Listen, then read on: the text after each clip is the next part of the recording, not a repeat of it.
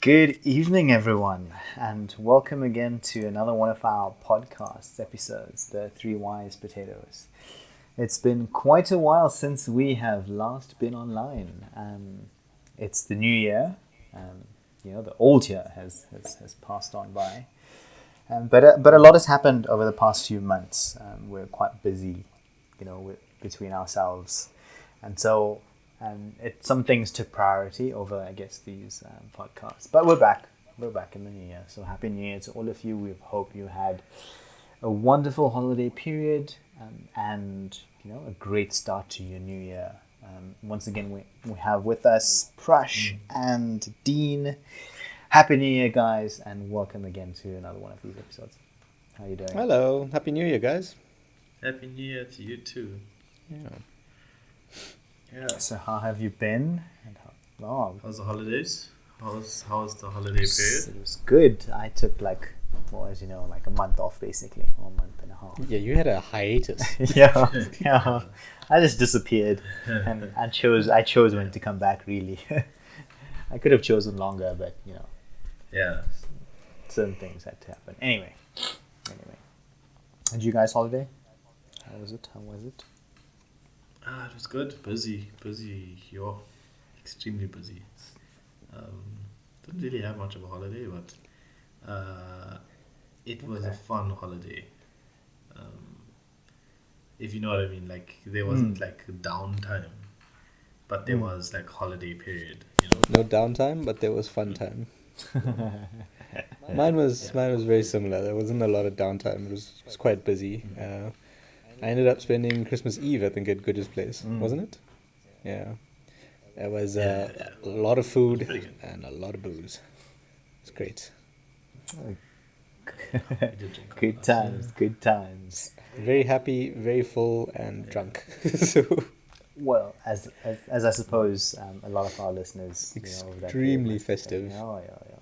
I guess it was a year worth celebrating, I suppose, and I think 100%. Yeah. I mean, not only I guess in our lives, sure. Even for our listeners too. I'm pretty sure, if you survived that year, if you just made it out of that year with just your health and just you being there, I think that's a win. In my books, So you take what you get, And True. Yeah. So New Year. Let's kick off. I think today's topic is a journey of a metaphysical journey, a journey to spirit. And what is it? How to harness it? What can we benefit from it? And why is it important to develop in our lives? So I think I'm going to kick off with, what is spiritualism to the both of you? Good. That's a hard question. Why do you? This is the first question of the whole year. Yeah, it doesn't start off gently. Spiritualism for me means a lot of things, but I'm trying to put it in layman's terms. It's a state of life and a way of life. I don't know if that makes sense. For me, like Buddhism is a way of life, right? And I think Buddhism is a form or one of the types of spiritualism. I don't know if that makes sense. How else would I put it? I mean, you said it is a state, and a way, and it is part of those. So those are elements of it of its entirety, right? There'll be different. Yes. The word I'm looking for is like different facets underneath it, but it obviously consists of so many different. It's made up of so many different things, and yeah. The way I see spiritualism is like, if we're talking about me being a spirit, right? Or I am a spirit, I have a body, I have a mind, I have emotions, all of those things. me understanding that I have a spirit and I can follow different parts of life and ways of life is my form of spiritualism, right? And choosing a specific way of life and a specific path in life is how I express my spiritualism, right? So it doesn't mean that I have to follow, even if I follow a specific religion, that doesn't mean I follow a specific, or the spiritualism that is denounced by that religion. Not denounced, but um, prescripted by that religion, because spiritualism is not the same as religion. It's some elements of it come from religion and different religions, but how you express it is your form of spiritualism within yourself, and you don't have to follow a specific religion to follow a different religion's spiritualism. If you know what I mean. Each of those, that was pretty much my next question as well. How is it different from religion? Whilst religion teaches through higher powers, spiritualism separates itself from higher powers, and it's more about turning inward than looking outward, in my opinion. I think, I think Dean? how I see spiritualism is relationship with yourself or with the self, and relationship to the source. So it's not necessarily thinking of a higher power as in a god or anything like that, but it's more like looking at where you come from and like what created you, and where does all life essentially come from, and having some kind of relationship with that. And that can manifest in a number of different ways, as Guj mentioned. There's different practices to sort of reach that, but I think that's more or less how I see it, as a relationship to self and source. And then for you, how is it different from religion? Religion is very instructive and restrictive, I feel, a lot of the time, whereas spiritualism is more like, what feels natural to you, and how you sort of connect to whatever the greater consciousness that gave life to you is.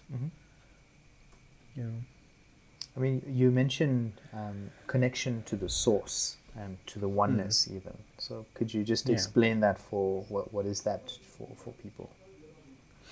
So that can manifest or that can be visualized in a number of different ways. Some people would see God, some people would call it the universe, some people would call it the higher mind or whatever it is, or the one, or any of that thing, right?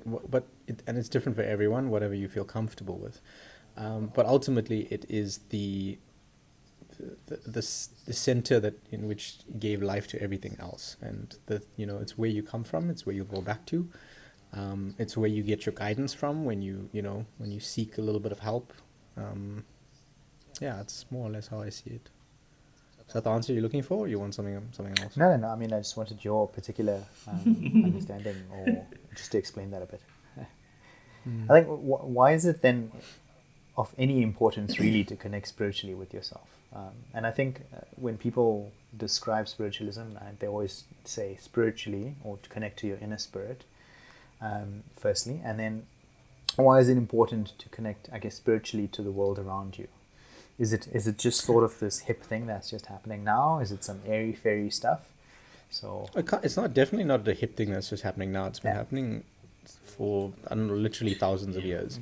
But I touched on it briefly in the previous answer, in that you can find answers that way, and a lot of people that are lost, they inevitably end up going a spiritual route, because that's how they find answers. And if you think of it as a universal consciousness or source or the mind that we all, the hive, whatever it is that we all connect to, that consciousness, that source of it all has the answers. It can guide you, it can lead you to achieve whatever it is you need to achieve in this life, not just in a physical sense, but in a spiritual sense, in an enlightenment sense, in a growth sense. It's essentially it's the mind that can see everything, that it can see the road ahead of you. So when you can't see in front of you because everything looks kind of foggy, that sort of, higher mind of yours that plugs into the source, it can see the road ahead for you and guide you when you can't see further. I think, Guj, do you have anything to add to that? Yeah, someone told me recently, I don't know if it was one of you guys or someone else close to me that said, only 50% of people, was it 50% or even higher, maybe 60% of people have awareness. Don't have awareness, right? And when we talk about something like that, it's like, for me, awareness and spirituality don't go hand in hand, but they have a very close link, right? Because when you're looking for answers and you're the type of person that needs answers because you're lost or you're struggling, whatever it is, you tend to start asking questions within, but you ask questions on the outside, but the way you find your answers is by asking within. And when you start asking within, that's when you start awakening awareness. And the challenge that comes about is when you say something like 50 to 60% of people aren't aware, right? That's where you find that people, like, is spirituality something that they just don't experience? Or do they see it as something completely different? And that's why a lot of people tend to stick very rigidly towards religion, because religion, as Dean says, is very rule it's based structured in that manner. It gives people, like, for example, Very if structured, you look yeah. at any Direction. particular religion, Yeah, gives it's them like direction. because they have certain rules. If you look at, the most popular religion, Christianity, with its And 13 commandments, let's just say. yeah, and yeah, exactly, right. And with spirituality, Or is it it's 10 sort of, commandments? My bad. you can choose. 10, yeah. There were 13 disciples. Yeah. Or 13 people at the Last Supper. Sorry, good. No, that's fine. I'm learning too. But for me, it's like it was a bit mind-boggling. So while Dean was talking about it, that fact came back to my head, and I was like, Dean is talking about people that are looking for answers, right? And when we say that, I'm not saying awareness is closely linked to spirituality, but I've always felt that one had a hand in the other, because when you talk about asking questions and figuring out and looking for answers, generally you find the best answers when you look within yourself. And you need awareness for that, because you can't ask questions to yourself and not be aware of the fact that you're doing that, right? And if you say that 50%, someone said 50% of the people in don't have a level of awareness and empathy to the level that they can think on that level. So it just brought into my mind that a lot of people struggle and don't have a way out, So like, and like Dean says, spirituality for me really, it's a guide, because you need to ask questions. Like most people, you ask why does this happen, why does that happen, why do I do this, why do I do that, why is this better for me, why is that not better for me, why does it work for that person but not for me, and you start asking all those questions, and spirituality can help with some of those things, if not a lot of those things.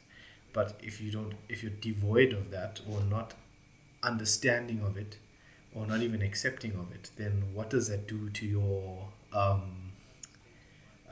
current state of mind? How do you follow your rules? How do you create rules for yourself? How do you know whether what you're doing is not right or wrong, but going to benefit you or not? How do you know that it's going to remove stress and anxiety and work for you and do things for you, I don't know if that adds more questions, but that's what came to mind now. So I just realized something, and we got to go back to I think the second question of the difference between religion and spirituality. Like when we were young, we probably all got asked this question at some point, like, what religion do you follow? And I think the key word there is follow, right? With the religion, you have to follow something. You're being led, whereas spirituality is for explorers.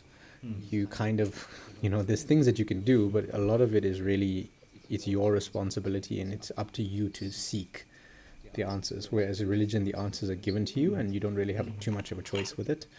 And if you don't like the answers, then you either have to deal with it or you find a new religion. Whereas spirituality, you have to seek out your own answers, and if you don't like it, then you just carry on seeking. Yeah, that's true. I think Dean. Before I go back to Guj, I know Dean mentioned a little whiles earlier about turning. I think exploring and turning inward. Now you also mentioned that you need to ask yourself the answers. Now, what's the difference between? I guess we've talked about this in previous podcasts. Sitting still. And just allowing your mind or be in a space first where you can ask yourself the questions and then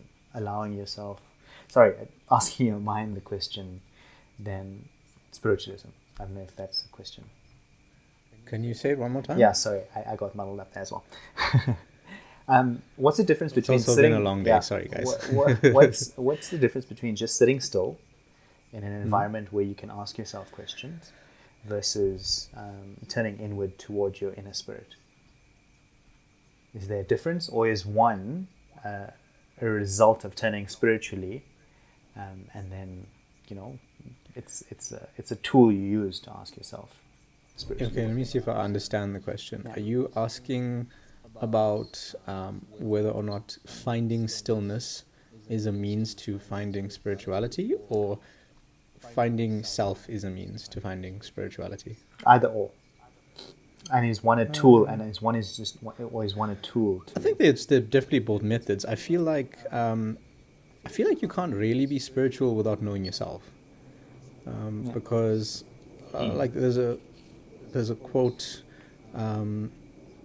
within Hinduism that says God lives within you, and I think there's a chapter in the book of St. Luke. The kingdom of God lives within man, not all men, but in man. Yeah. Not in one man, but in all men.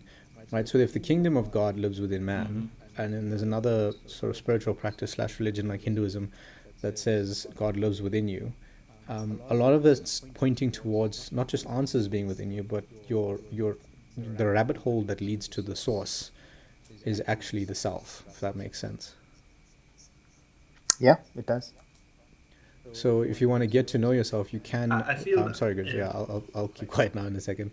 No, If you want to get to know yourself, one way is to be still and to sort of get to know yourself a little bit better, let the voice speak. It might take you and pull you in 21 different directions, and you must be prepared for that. The other way is, just to sort of gradually get to know yourself. So instead of just taking time to sit still, you sort of take time to be conscious and aware as you go throughout your day. And the more you become aware of your behavior, your habits, and yourself, you get to know yourself more. And as you become more comfortable with yourself, your route to spirituality, I feel, opens up. Good? I like how you just explained it. That's true. But yeah, no. So I the only thing that I was going to add to what you were saying, because I think you said it really well, is that like Yash was asking in terms of stillness versus being able to ask questions inwardly. I think stillness is a stepping stone to getting agreed. there. But it's not. It's not the only way. Like it's also not the end. Yeah. Stillness is a start. To get to stillness, you have to quieten your mind.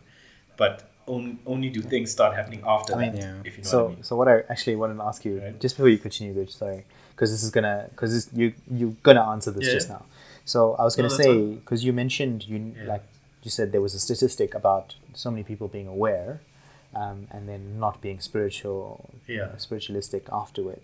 Like, what are the logical steps then to get to spiritualism? Because you did mention you needed to be aware first, and right now, Dean describes awareness, and you mentioned stillness is one thing. Having your mind shut down or not have that chatter is another. What are the other logical steps before you get to the point of where you can say I've turned inwardly and I'm sort of in the spiritual space? Yeah. So I do want to add one caveat to what I said earlier. It's not that everyone isn't fully aware. It's more that everyone has awareness, right? Everybody has some level of awareness. It's just that most of the people choose not to sit within it, right? Some people, when they're walking from the grocery shop to their car, they'll be like, why did I do this today? Or why did I do that today? Or when they're driving home, they're like, I said this and I said that. They're sitting in awareness because they realize that they did something earlier, but they're questioning themselves and are trying to understand what they did, how they did it, why they did it, what the answer was, what the reason was. That is some level of awareness. But you get people that sit in awareness, that look at how they're doing things and then readjust all the time.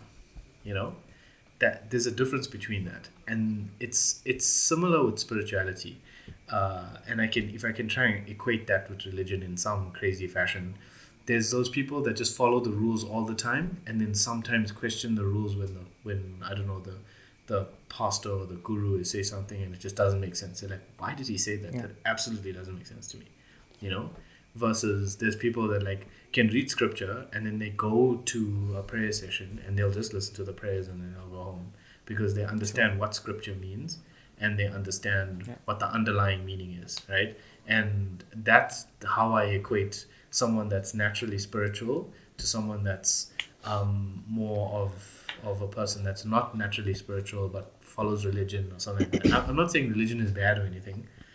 It's definitely a set of rules, and it's a set of rules for a reason. But personally, for me, being spiritual means more to me than being religious, right? And that's not the same for everybody. And I'm not equating it to good versus bad, but more personal preference. I think Jim Rohn mentioned something. He says, whenever you receive, I think information or advice from other people, it's about taking it in and seeing if it works in your life or adapting it to make it work in your life. I'd agree with that. And because you don't just do it blindly, because it might not work for you in its current form, and you might just reject it. Your body will reject it. Your mind will reject it, and things like that. And that's like. Yeah, but whatever advice people are giving you is based on their experience, right? Which is what your journey from being religious early on to being like, okay, spiritualism is more in line with me right now, and I'm adapting to this. I think my next question was literally. Well, sorry. What was the initial question was? What are the steps someone would take? Yes. What are the logical steps? If I can just add to what Good said, I think something that I would say is like before you start, remember it's a choice, right? It's you're not forced into being a spiritualist.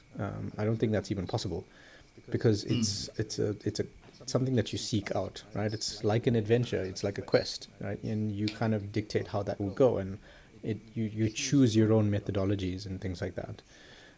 And you need to approach it in the same level of excitement and enthusiasm that you would approach an adventure. It's not a daunting thing that you're not going to Mordor to drop off the ring, right? It's not that. It's an adventure. It is something that you're going to seek. You're going to find things. You're going to learn about yourself. You're going to get answers. You're going to grow. So you have to treat it with. Well, that was an adventure. But they almost died. So I don't know if necessarily you want to think of. And how many times have we almost died? But it's treated with enthusiasm and it's very heavily dependent on your mindset. So you have to be willing. You have to be open. I think that's a very big thing. Is like you cannot be close-minded if you're spiritual, because that's a contradiction in itself. So you have to be willing. You have to be open to whatever's going to come to you. And you have to be willing to adapt and grow, because it's not a guided it's not a guided set work. So it is an entire internet, and you can go to any type of browser you want and look at any kind of content you want, watch videos, read articles, instead of one textbook. It's the whole thing.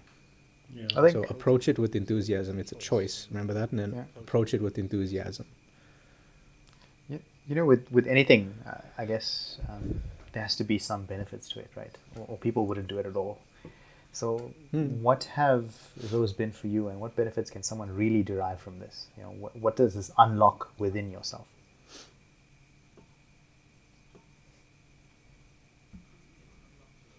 For me, it's unlocked a level of strength, understanding, but also comfort. The main thing for me was peace and comfort, because I learned that, no matter what's happening outside, a lot of the things that are happening inside is what really matters.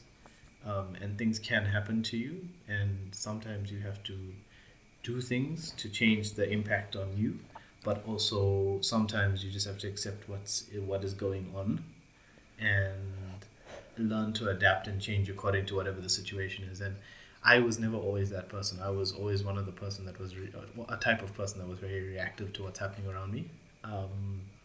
And when I learned more about spirituality and started exploring that side of myself, I learned that everything that is happening around me is based off of a reaction that I would have myself, or if it was impacting me, or it gave me an inner peace to say, listen, what is happening outside is happening outside, but I either can choose or don't have to choose to let it affect me. And that is something that comes more with awareness, but with a certain level of spirituality, because you understand that there's certain things that matter and certain things that don't matter, right? And that I learned a lot from spirituality. What's important and what's not. It's sort of a value for me. I think when you also in spiritualism, when you turn inward as well, it's centralizing what you truly like value in life, what you truly want in life, what you truly think in life.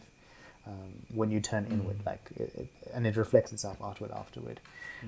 And for me, 100%, I agree with that. Peace is the number one thing that I attained throughout everything, and there's just this centered self, centered, balanced self, if I can say that. I'm not tipped too far on one side. I'm not tipped too far on the other side. It's been this balance for me on the scale, if you can imagine that. And that's what it's brought to my life in particular. Do you know? Yeah, I'd agree with a lot of that stuff. I mean, I think the comment around it bringing strength and peace is definitely something that I found. The other really big thing that it did for me was it provided clarity and a means to navigate things. So, we talk about getting to know yourself and being aware, and specifically being self-aware. What it did was it stopped me from getting distracted by the things that are happening in the world around me. Social media became significantly less important. I stopped feeling like I needed to catch up to certain people or have certain things, because I realized that those things actually don't make me happy. There are other things that make me happy, and that's where my attention should go. And as a result, it helped me navigate my life a little bit better, and it helped me make choices. And it removed a lot of anxiety around life and around expectations. So I suppose in a way that's a type of strength, it's a type of comfort, or peace, you can call it that. But the clarity and guidance that it provides over your life, it's just, I cannot overstate the value that that's brought. I mean, like the three of us here have connected. We always connect, right? So it's also, when you have this inner sense of peace or this inner sense of balance, you connect deeper with other people as well. And I think that because all three of us have had some or different levels of spiritualism as well, like it allowed us to connect not only with each other but with others as well at a deeper level. So a sense of, if you have a deep sense of connection with yourself and your spirit, you 100% will have a better connection with the outside world as well. So that's something that also is happening. Because you can emote. What you're saying is because you can emote well. Yeah, but I'd preface that. Oh, carry on. And because I would say I'd preface that because sure, you can have deeper connections, but I think you're having deeper connections because you're choosing who to connect with better.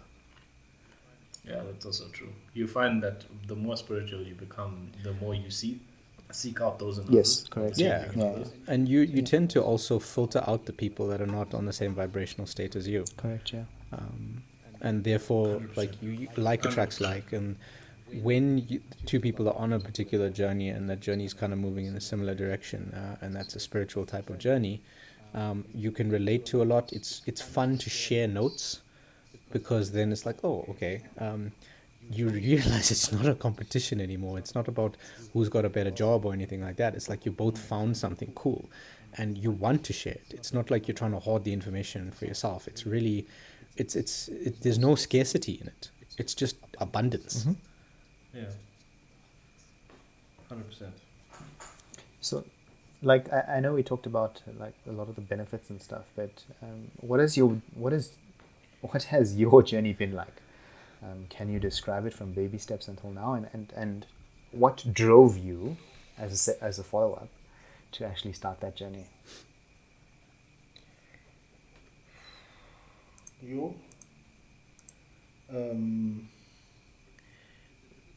It's a difficult one because it's like everything. I don't know how to say this other than everything that you've done up until this point has led you to this point. You are where you are because of your choices, right? Right, and Absolutely. right. That's simply put. That's simply put. But in terms of how the journey works, in some ways it's a very exponential process, because you when you're opened up to it, and I think when I was opened up to it, I even rejected it in the beginning, because it didn't make sense. I think I wasn't fully fledgedly awake, or not awakened to it, but ready to understand the whole concept of awareness plus like spirituality and all of those things. But then when I was ready to understand it at like 2, maybe 4 years later, it kind of hits you like a brick, because it's like where have I been this whole time? And this was like halfway through my studies, and then you sort of wake up and you're like, oh, there's so much depth to the way I think and the way I do things, that I never had before. And then you start exploring that, and then it becomes, like Dean says, this wonderful adventure of learning things about yourself, also learning about the stupid things that you've been doing and the bad things that you've been doing, but also learning about like some of the good things that you're doing and how you can improve upon yourself.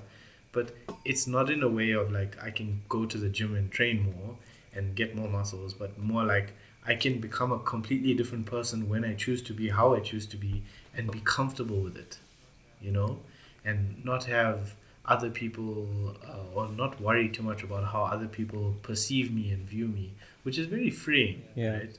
But when that happens to you, it's a very exponential process, because it floods you, but in a good way, because it's like more options. You're playing a game, for example, and you have more options all of a sudden. And then as time goes, it becomes difficult, because you start exploring deeper and deeper parts of yourself, and you're like, okay, this is a very difficult topic. Should I open it now, or should I deal with it later? As an example, why do I overeat? Food is tasty. That's just an example. No, but I mean, food is tasty is a surface level answer, and then if you look deeper, then you're like, oh, it's because of this, that, and every other reason.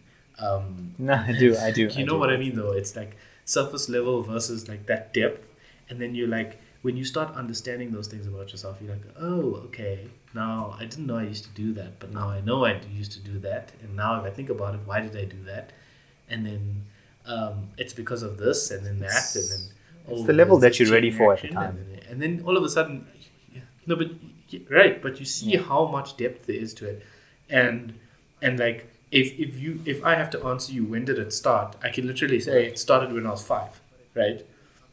But it only comes into consciousness, and it's like an onion. The more you peel, the more consciousness you reveal. Right?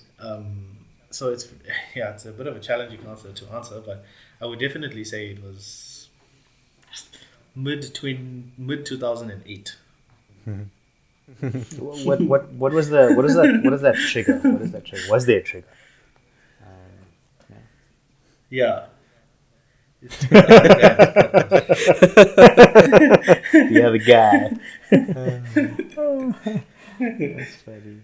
So Dean, you were the trigger. Why did you trigger him, Dean? What did you do? But describe. But before you get into that, I guess describe your own journey. Mine is significantly more straightforward. Yeah. As a child, I never did well with instructions, so someone told me to do something. The first thing was like, why? No. Why must I do this? Right. No, I was willing to. I just needed to understand the context, right? But like, I was that kid. So I mean, I grew up in a Hindu household, for the listeners. And like mid prayer, I'll pipe up, Uncle, why are we doing this? Or Mom, why is the priest doing that? And like the first thing that everyone would do, like if you do it mid prayer, you just get told to shh. And then, and I was like, okay, I don't respond well to that either. But like, I was just very inquisitive about everything. And I needed to understand why I'm doing something in order for me to do it, because you're asking me to go do something that requires effort. I'm a very lazy person. Now, if you don't tell me why I'm doing it, I'm going to be very unwilling to do it. And that didn't go away, right? So that was there throughout my schooling life. When I moved abroad, I would say is when things really started to gain traction, because I found people willing to answer the questions. Whereas like here, it was seen as rude to question things a lot. And I just kind of was like, well, then fine, I'm a rude kid. But over there, when I was living abroad in England, there was a temple I used to go to in Reading. The priest was very patient, and very willing to answer it. And he was also very open about his shortcomings and said, look, I don't know everything, but what I do know, I will share, and what I don't know, I'll find out for you. And that was quite refreshing, and it was really nice having someone explain stuff, and at least point me in the direction of where the questions can be answered if he couldn't answer them. So the mix between having a very patient priest that was willing to share knowledge, and then sort of being set on a path of go and find the answers, is kind of what sort of snowballed things for me. Oddly enough, I was in England during 2007 and I came back in 2008. So the timeline lines up quite nicely. I mean, rightfully, like you say, there's like no school for this. There's no real teaching. No, it's just a big adventure. Yeah, that I think is a real shame. Maybe not though. Is my statement correct though? I mean, we have YouTube, we have books now, and a lot of stuff. Maybe that statement isn't 100%.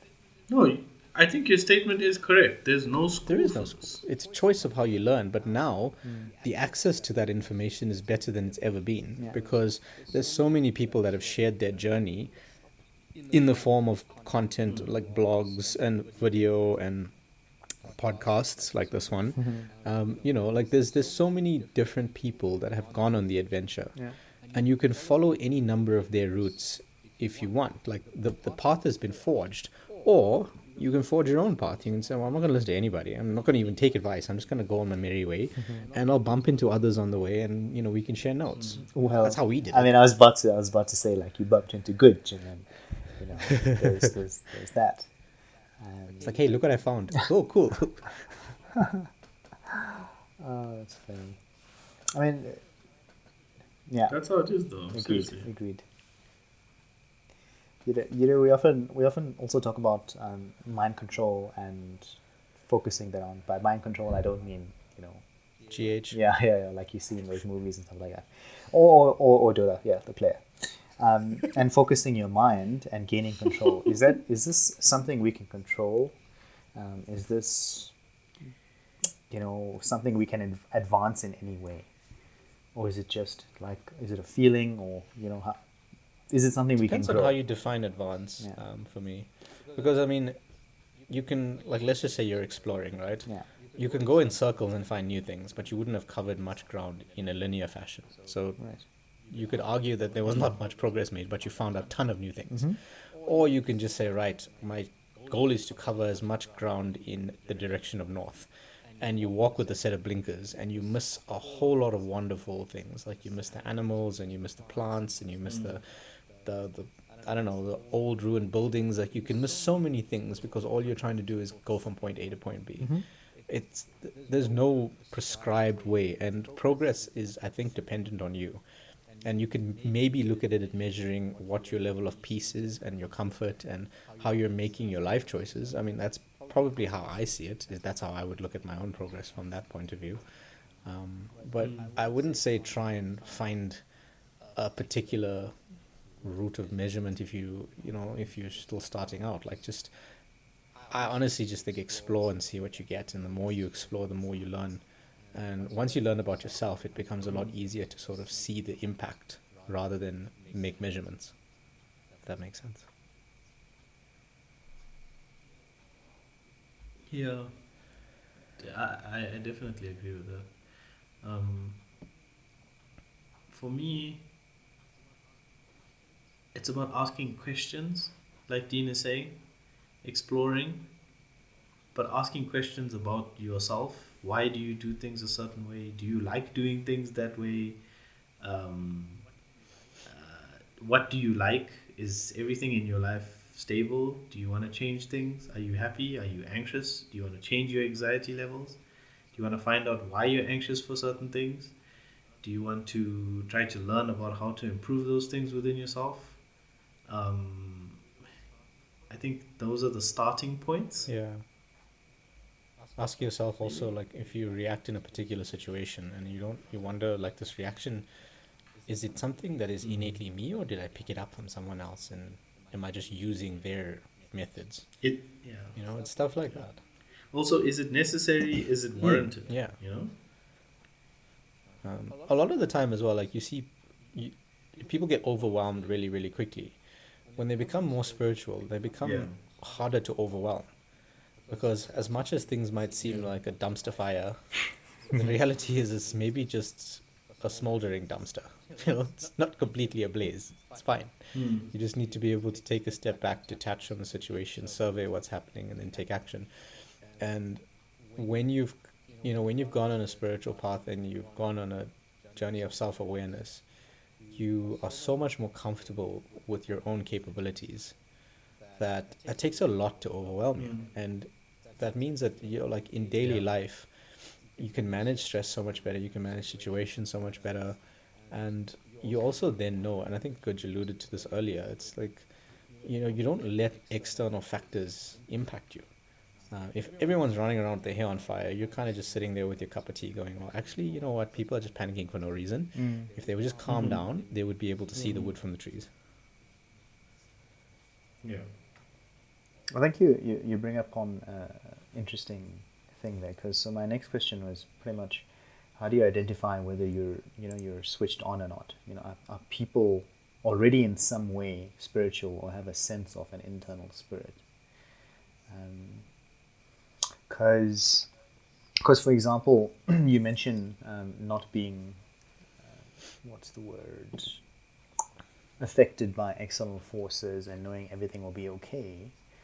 What if you've trained your mind in such a way such that those things don't affect you anyway? Is it possible that someone could be switched on, but they just don't know that they're following the path of that spiritualism? It doesn't have to be called spiritualism. Yeah. That's the thing. And it doesn't, as Dean says, it doesn't have to be called spiritualism. It's about, spiritualism itself is just a word, right? It's a label for us to digest things. What it denotes, what it denotes is you having this connection to something higher than yourself, right? And believing in that connection, having faith in that connection, and also understanding that the small things that occur around you are in line with that connection, but also don't change your connection to that higher power, right? And when you feel that way, you find automatically that all of the small things that are happening in and around you don't have, how do I say, it's more materialistic to your life, and then you learn that there's certain things within your life that are, if they're just more materialistic, you tend to overcome them very quickly. And if someone has attuned themselves to that, it's akin to some level of spiritualism, right? It's just not, they don't label it that way. You've put in a mechanism to protect yourself from some environment that's occurring around you, right? Fair enough. But what about when, if you've put that mechanism in, it's as a result of you feeling that all of these things that are happening around you are not there to hurt you or not going to hurt you. So you understand that on some level, not physically, you are greater or larger than these small annoyances, nuances, things that impact you negatively. Okay, cool. I mean, that pretty much kind of answers it, right? Like we put labels on things that we often mean the same thing, So Yeah. This is another thing that I kind of wanted to ask is it possible to have a clouded spirit or a bad internal spirit? And can you go about changing that? What do you define as spirit? Connection with yourself, or that connection with internal. So you're saying, is it possible to have a clouded connection or a bad connection? Yeah. I think you could have... well, that's actually quite an interesting question. I'm not entirely sure. Maybe the better way to rephrase the question is that if you tend to always focus on the negative, right, or focus on the things that are impacting you, right, then your spirit isn't clouded. It's your view of the world, right? I'm not saying that your view of the world is negative or bad. I'm saying that you focus on all the things that negatively impact you to that level and that degree, that you keep noticing the same things, right? And if someone is like that, and if someone keeps focusing on those things, right, then naturally they tend to pick up more negative things than they do positive things, right? So their spirituality is not impacted in a negative way because their connection to a higher being or power, right, or their connection to the universe is not impacted. It's just being exercised in that direction, right? So like you say, the more you think about it, the more you'll see it. Like if I say, listen, I've seen red cars on the road today, when you go to drive, you'll see more red cars, right? So it's the same thing. If I keep seeing the negative, it doesn't mean that your spirituality is negatively impacted or your spirit is cloudy. It's you attracting those things into your space and your field. Can I put it slightly differently? The initial question, right? Can you have a bad or cloudy connection? I would switch out the words bad and cloudy for a weak connection. Okay. And I think it is possible to have a weak connection to spirituality. Because if you're not looking inwards, you're not trying to, or if you're not practicing any means of awareness or self-awareness, then you're not exercising that connection. And it's weak because you've not done it or you don't do it enough, but you don't have a powerful connection to your spirituality. You have a weak connection to your spirituality, or more specifically, an underdeveloped connection. That's how I would see that. It's like Prash says as well, so you don't ask yourself deeper questions, or when you just touch on the surface level stuff. Yeah. You won't gain a better understanding of yourself. That's it. Yeah. Okay. Maybe I understood the question. I might have. I'm literally changing the question. Yeah. I'm changing the words. No, but I think that's also what I did. You did actually answer the question as well, Prash. When we talked about the view of the world, when you mentioned the view of the world, you attract that view that you have on the world to yourself, and it's like that's true. And That's so true. I take that as that is clouding your internal self from actually, or from you from actually experiencing the world to its fullest at that point. So you have answered the question by going like, all good, Okay. all good. Lucky. So I think I've often said that one must focus on key areas in one's life. You know, those and some of the Yeah. areas I'm going to describe now is mind, body, spirit, and soul, to live a fulfilled life. And it's a common saying as well. You know, you see it everywhere. And do you agree with those four and to its level of importance? That spirit is elevated to those four areas: So what are the four? Mind, body, spirit and soul. Soul. Yeah. Okay. Is this about controlling them? No, or I'm just saying understanding that them? the level of importance that spirit plays is it on that same playing field as mind, body, and soul? Dean, would we say that it's a bit more important? Yeah, I think so because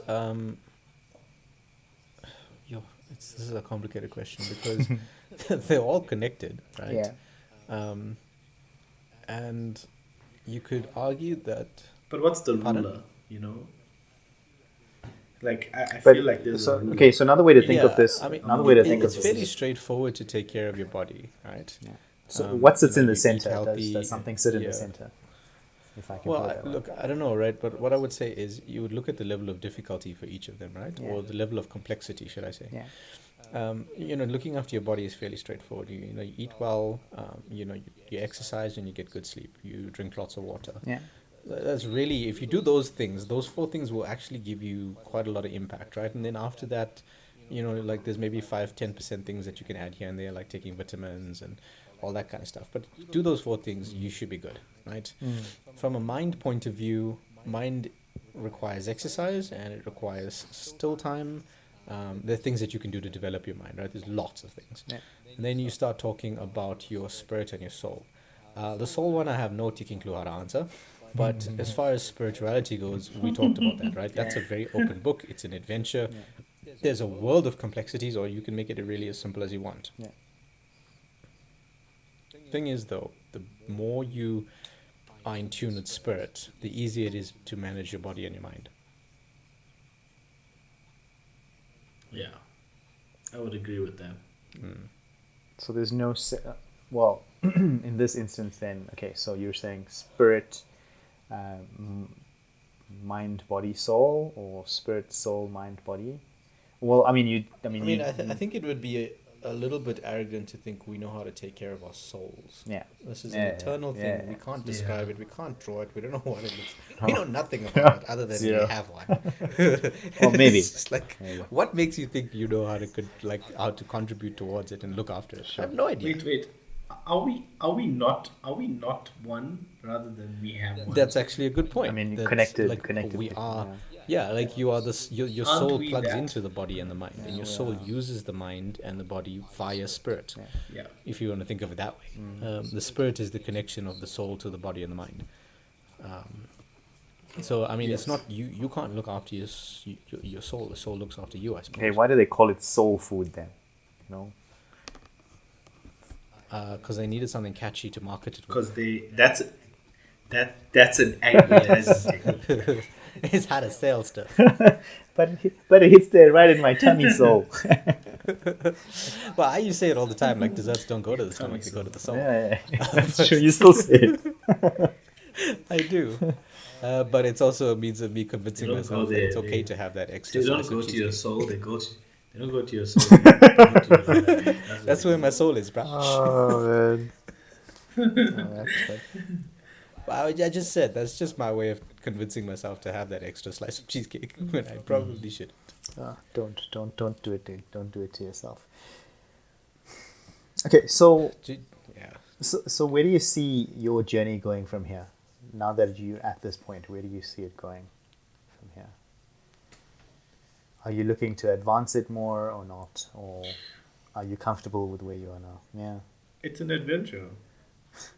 No, I think once you become understanding of the whole spirituality, soul thing, you kind of don't rest anymore. Yeah, I'd agree with that. There's always another peak. I would agree to that Your as well. question of where do you see it going? The answer is I have It's just no ticking clue. perhaps it's There's infinite no journey, like you idea. said. Right? Like you can't know. Maybe you can. Maybe some people can. But I certainly can't. But when you asked that question, there was a quote that immediately popped into my head. It was by Jim Barbosa in Pirates of the Caribbean. The second one, I think it was. Yeah. To find what can't be found, you have to be well and truly lost. And I think the thing about spirituality is that you get so happy and comfortable being lost because you've now removed yourself from the familiar. You're finding new things, and it's not scary anymore. It's exciting, and it feels like growth, and it feels rewarding to be lost. And lost is not a daunting word anymore. It is almost a qualifier to something good coming. It's a little bit scary. I don't think so. Not in well, for me anyway, not in a spiritual sense. And I think that's kind of why it's so nice to approach it with this feeling of adventure and willingness, is because like you can use a different word for lost. You can just call it unfamiliar or whatever you want to make it more comfortable. But ultimately, when you're in a place that you've never seen before and you're not met with anxiety, but you're met with wonder and happiness and joy and all those other different emotions. I suppose happiness and joy is more or less the same thing there, but you're met with positive feelings rather than anxiety. That's a good space to be in. And it just makes you want to go further down the rabbit hole and find new stuff. And then you get super excitable about it and you want to share it with your friends. I mean, but it takes a while to get to that point, right? Where you're so And then they look at you funny, and then you back on your own. Well, everybody moves at different speeds. Yeah, You know? that's true. And there's no right speed or wrong speed. It's whatever your speed is your speed. You know, it's you're not racing against anybody. I think that's key as well. Yeah. That I think that's very key. But especially with something like this, with spirituality, I guess when it's not something you can compare like a race, of cars, a F1 race, for example. There's a defined start and a defined end. Whether you're quicker than everyone else, yes, then yeah. But here, it's like Dean says, it's a journey, and he mentioned earlier whether you're happy to go in circles, but those circles give you some answers, whereas someone else might be going in a straight line, like he also said. It's difficult to compare these sorts of things. You wouldn't compare someone climbing a mountain to someone building a chair. They're both doing something, but it's really nothing you can compare there, right? But the things give them joy. I think that's the It's like point. spirituality is very But similar. isn't that the point as well? Yeah, I think that's also one of the main points of spirituality. It teaches you that you don't need to compare. Yes. The whole act of comparing, right, creates anxiety, stress, fear within yourself. And spirituality is a guide to moving away from that whole act of comparing.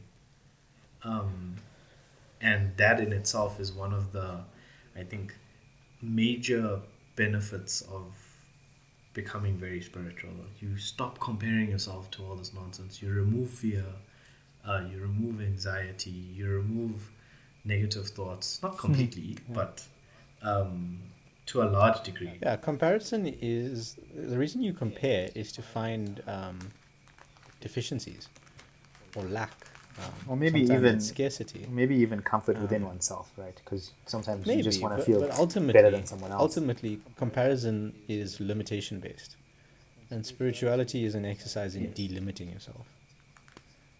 And it just makes no sense to start comparing once you're on that spiritual journey, because you go from comparison, which is a lack based exercise, to spirituality, which is an abundance based Yeah, I exercise. was about to say, yeah. Yeah, you see, so like at that point, like when you become spiritual, it really is a case of I want to share, not I want to compare. Yeah. Okay. And you don't want to beat anyone, you want to help people. Because I'm not trying to be better than you. I want you to be better. I want me to be better. Can you help me be better? And maybe I can help you be better. it's all about being That's better. what it is. Yeah, it's not about being better than anyone. It's about being better than yourself a day ago. Quick Because you're comfortable with who you are. And when I say better, I just mean growth. Okay, listeners, how many times do we say better in the last 5 minutes? Anyway. Many. All the times. Yes. Well, I mean, that actually, with that, I guess that's all I had for today, realistically. Is there anything else that you'll want to add in closing? No? Not really. Crickets? I think no, I think it's just if there's people that are struggling or people that don't have a grip on this whole spirituality thing, the first thing that I would say is try to focus on becoming more aware of your surroundings, not in terms of like who's around you, but become more aware of your actions. Try practicing meditation, sitting in stillness, but also understand that all the rules of religion and things like that aren't Key here, really. And they aren't Exactly. key. I mean, you know. they also, And- I mean, and it not provides, much, I think that's the word. religion sometimes provides a foundation or a framework for you to step into spiritualism. Right? For spirituality. My opinion. Yes, yeah. But Yeah, I think it was useful in a time No, I when agree. we would find exploration on a spiritual level a bit too daunting. yeah. And like if you said that there was no one up there looking out for you, Yeah. as in a god. You know, you're basically by yourself and you're kind of going and doing your own thing. It probably would have freaked a lot of people out, and people would have been running around like it's the end times. Well, whereas now I think we're more comfortable acknowledging that there is a source, and you can call that God, you can call it the universe, you can call it whatever you're comfortable with. But that's the thing, that the entity or that creation point gave us life and it is guiding us. But I think if I were to offer any advice, right, it is just to take it back to say, approach it with enthusiasm and a sense of joy, because you're about to go on a journey and it's going to be fun and you're going to learn stuff and you're going to grow. And for anyone who feels like they don't know where to start, it's not about where to start, it's about when to start. And it's just about just wander around. That's the thing, that's the point. It's just you can literally start from anywhere. There's no start point. You just go and you explore. That's what exploration is. You can be dropped off anywhere in the jungle. Just move. That's all. Yeah, I like that. I like that a lot. Yeah, I agree. Okay. Well, if there isn't anything else, yeah, thank you so much once again for joining us in the new year, guys. It's always a pleasure asking questions and listening and learning as well. Answering again? our own questions. Answering our own questions that we didn't understand the original questions. We have our own questions. No, that's But isn't that what spirituality is? I didn't understand the questions, I want to make my own. Oh boy. make your own road. Oh, no, that's boy. so true as well. So thank you, listeners, once again for tuning in. We love you, we appreciate you, and we hope you have a fabulous rest of week. This is us signing out. Cheers, everyone. Hi. Bye.